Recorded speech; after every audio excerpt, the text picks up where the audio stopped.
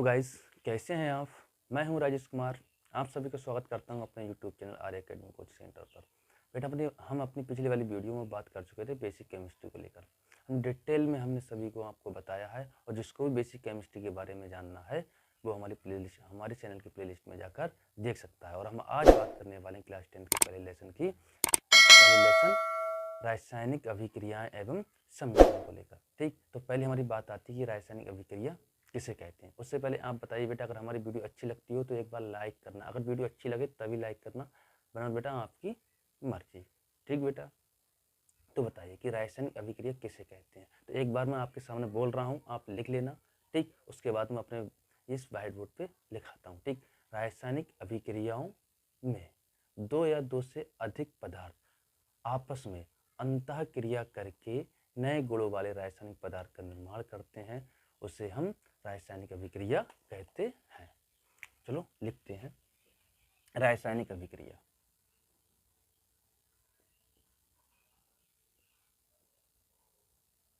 रासायनिक अभिक्रिया लिखते हैं ना साथ में, chemical reaction, chemical REACTION, chemical reaction. लिखो, रासायनिक अभिक्रियाओं में, रासायनिक अभिक्रिया में या फिर अभिक्रियाओं में,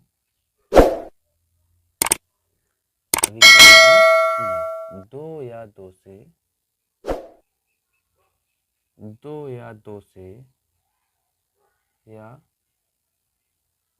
से अधिक पदार्थ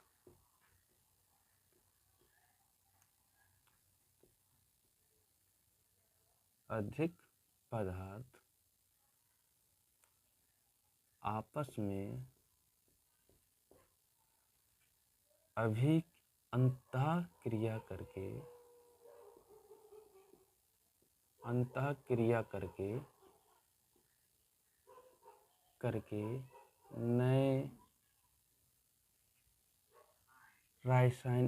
नए गुणों वाले रासायनिक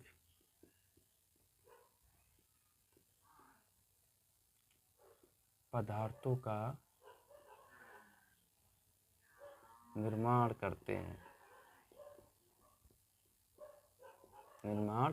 करते हैं। ठीक, तो इसे हम क्या कहते हैं, रासायनिक अभिक्रिया। तो इसे रासायनिक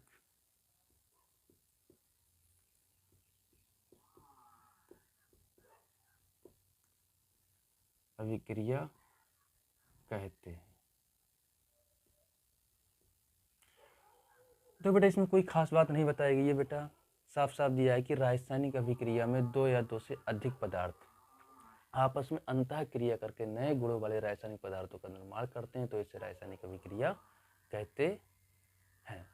ठीक, अब बात रही बेटा कि पदार्थ किसे कहते हैं। बेटा पदार्थ दिया है कि पदार्थ किसे कहते हैं। बेटा मैं आपको पहले से ही बता चुका हूँ, बेसिक क्लास में हमने आपको बताया है कि पदार्थ किसे कहते हैं। पदार्थों की अवस्थाएं बताई थी हमने कि भौतिक अवस्था क्या क्या होती है, ठोस द्रव गैस। रासायनिक अवस्था कौन कौन सी होती है वो भी हमने आपको बता दी थी कि शुद्ध अशुद्ध, फिर उसको भी डिवाइड किया गया था। तो बेटा बेसिकली इसकी डेफिनेशन ही जान लो। अभी अगर डिटेल में जानना है पदार्थ के बारे में तो हमारी प्लेलिस्ट में जाकर जो वीडियो पड़ी है उसे आप देख सकते हैं। ठीक, तो पदार्थ किसे कहते हैं बेटा, तो बे वस्तुएं जिनका द्रव्यमान होता है, स्थान घेरती हैं, उसे पदार्थ कहते हैं। ठीक, उसे पदार्थ कहते हैं। ठीक, अब बेटा बात करते हैं कि अब हम पहचान कैसे करेंगे कि रासायनिक अभिक्रिया हुई है कि नहीं। तो बेटा पहचानने के लिए बेटा 4 फैक्ट आते हैं, 4 प्रेक्षण दिए हुए हैं। अगर वो फैक्ट फॉलो कर रहे हैं उस क्रिया में तो समझ लीजिएगा कि वह रासायनिक अभिक्रिया है। ठीक, समझे, क्लियर हुई बात, हो गई। ठीक, तो बेटा फैक्ट कौन कौन से प्रेक्षण डाल लो, प्रेक्षण, ऑब्जर्वेशन, ऑब्जर्वेशन, ठीक। नंबर 1 क्या है, अवस्था में परिवर्तन। क्या है बेटा, अवस्था में परिवर्तन। इसे कहते हैं इंग्लिश में बेटा चेंज इन स्टेट। अगर बेटा किसी भी क्रिया में उसकी अवस्था में परिवर्तन हो रहा है, अवस्था का मतलब बेटा कि ठोस से द्रव में चेंज हो रहा है या फिर द्रव से ठोस में चेंज हो रहा है, तो हम उसे क्या कहेंगे कि वहां पर रासायनिक अभिक्रिया हो रही है, ये हम कहेंगे, ठीक। ठीक, अगर ठोस से गैस में चेंज हो रहा है, चेंजिंग हो रही है, फिर गैस से ठोस में चेंजिंग हो रही है, तब भी हम क्या कहेंगे कि वहां पर रासायनिक अभिक्रिया हुई है। इतनी बात बेटा समझ में आई, क्लियर हो गई ना, क्लियर हो गई। अब बेटा सेकंड फैक्ट देखते हैं। सेकंड फैक्ट बेटा क्या होता है, रंग में परिवर्तन। रंग में परिवर्तन, ठीक। इसे इंग्लिश में कहेंगे बेटा change in colour, change in colour, ठीक बेटा, चेंज इन कलर। अब बेटा अगर पदार्थ आपस में अभिक्रिया कर रहे हैं, दो या दो से अधिक पदार्थ अगर आपस में अभिक्रिया कर रहे हैं और वहां पर रंग में परिवर्तन हो रहा है, रंग चेंज हो जा रहा है, तो हम क्या कहेंगे कि वहां पर रासायनिक अभिक्रिया हुई है।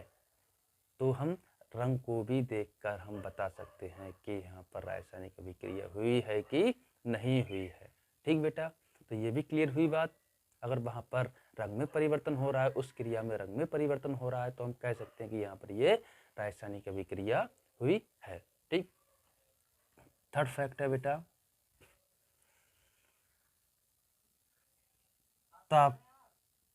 तापमान में परिवर्तन।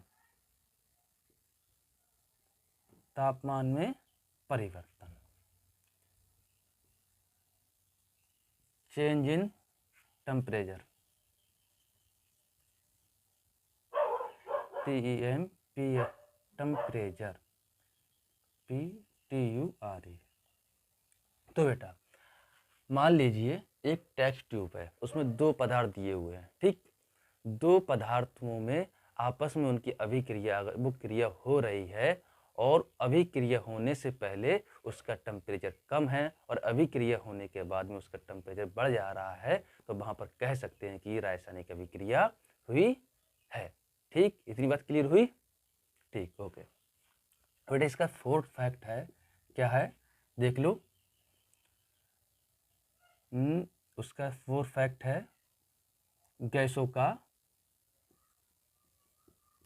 निष्कासन, गैसों का निष्कासन।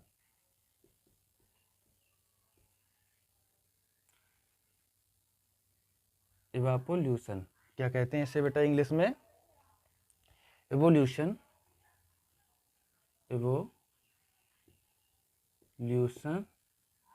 ऑफ गैस, ठीक बेटा। तो बेटा इस फैक्ट को हम देखकर कैसे पहचान करेंगे कि रासायनिक अभिक्रिया हुई है कि नहीं हुई है। बेटा आपके पहले ही लेसन के पहले ही पृष्ठ पर बेटा आपका एक प्रेक्षण दिया हुआ है, क्रियाकलाप दी हुई है कि उसमें हम मैग्नीशियम रिबन को वायु की उपस्थिति में जला रहे हैं, तो उसमें किसका निर्माण हो रहा है, उसमें उसका एक सफेद चूड़ के रूप में निर्माण हो जा रहा है, और उसको जलाते समय बेटा उसमें से जो गैस निकलती है, गैस का निष्कासन होता है, तो उससे हम देखकर कह सकते हैं कि यहाँ पर रासायनिक अभिक्रिया हुई है, ठीक बेटा। इतनी बात क्लियर हुई, क्लियर, ठीक। और कहीं पर डॉट रह जा रहा है तो बेटा हमें बताएं कमेंट करके, हम आपके डॉट के क्लियर को कर देंगे, डॉट क्लियर कर देंगे। तब तक बेटा हम रफ कर देते हैं, रफ करने से पहले स्क्रीनशॉट ले लीजिए। तो बेटा मैं जानता हूँ कि आपने नोट कर लिया होगा। ठीक बेटा, अब बात करने वाले हैं कि रासायनिक समीकरण किसे कहते हैं और पहले क्रियाकलाप करके देखते हैं। ठीक बेटा, एक अगर हमारी वीडियो अच्छी लग रही है तो बेटा एक लाइक करें, कमेंट करें, ठीक, और हमारे इस चैनल को सब्सक्राइब करें। सब्सक्राइब करने से बेटा क्या होता है कि जब भी हम अपनी नई वीडियो अपलोड करते हैं यूट्यूब पर तब आपको नोटिफिकेशन मिल जाता है। ठीक, तो देख लो क्रियाकलाप।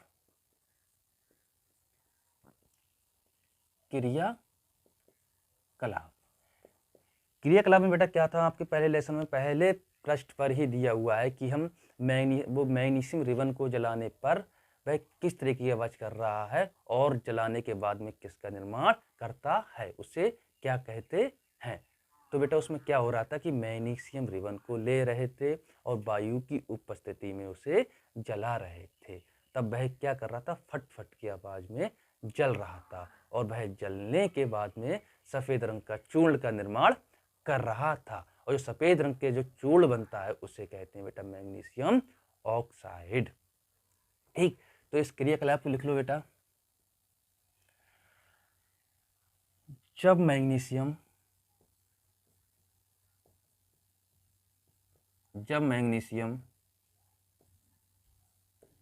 वायु में उपस्थित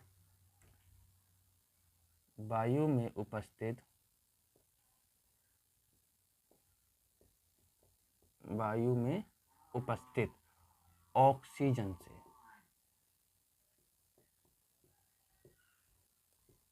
से अभिक्रिया, दोबारा लिख लो बेटा साफ करके, अभिक्रिया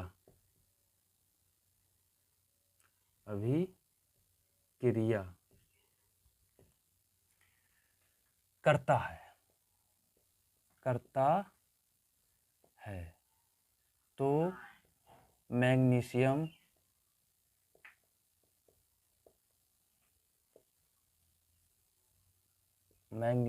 ऑक्साइड का निर्माण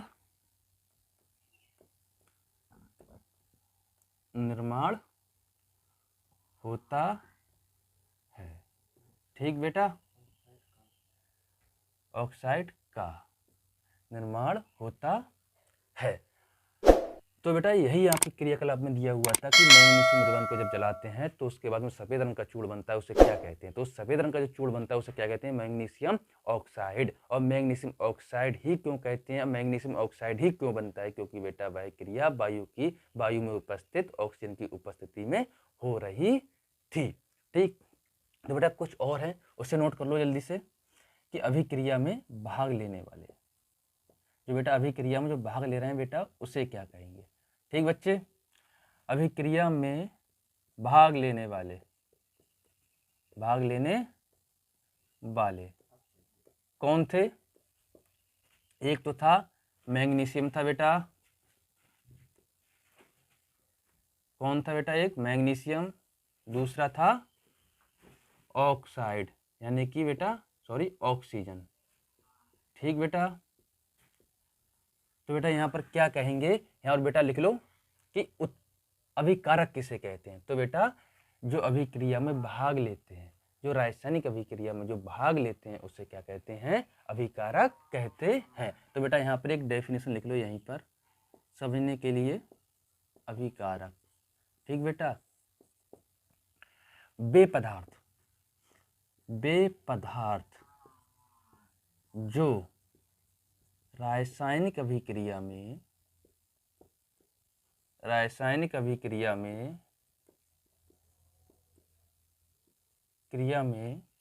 भाग लेते हैं उन्हें अभिकारक कहते हैं। ठीक दोस्तों, क्या कहते हैं, अभिकारक कहते हैं। तो बेटा इधर देखो, जो अभिक्रिया में भाग लेने वाले थे तो इसे क्या कह सकते हैं, इन दोनों को क्या कह सकते हैं, इन दोनों को अभिकारक कह सकते हैं। कह सकते हैं बेटा, इन्हें कहते ही अभिकारक हैं। ठीक, अब बात आती है बेटा कि अभिक्रिया के उपरांत यानी कि अभिक्रिया के बनने वाले पदार्थ, अभिक्रिया होने के बाद में जो बनने वाले पदार्थ होते हैं उन्हें क्या कहते हैं। ठीक, तो अभिक्रिया के फलस्वरूप, अभिक्रिया के फलस्वरूप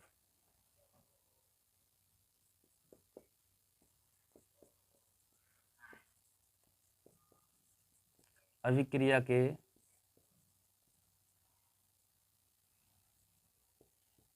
फलस्वरूप बनने वाले पदार्थ, बनने वाले पदार्थ,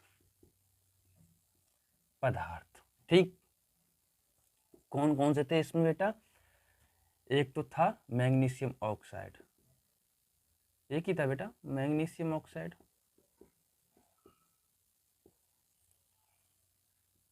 मैग्नीशियम ऑक्साइड। ठीक, तो इसे हम क्या कह दें, कहेंगे, इसे कहेंगे उत्पाद, उत्पाद। तो इसकी परिभाषा लिख लो बेटा, डेफिनेशन उत्पाद की, उत्पाद की, उत्पाद की डेफिनेशन लिख लो। वे पदार्थ, वे पदार्थ जो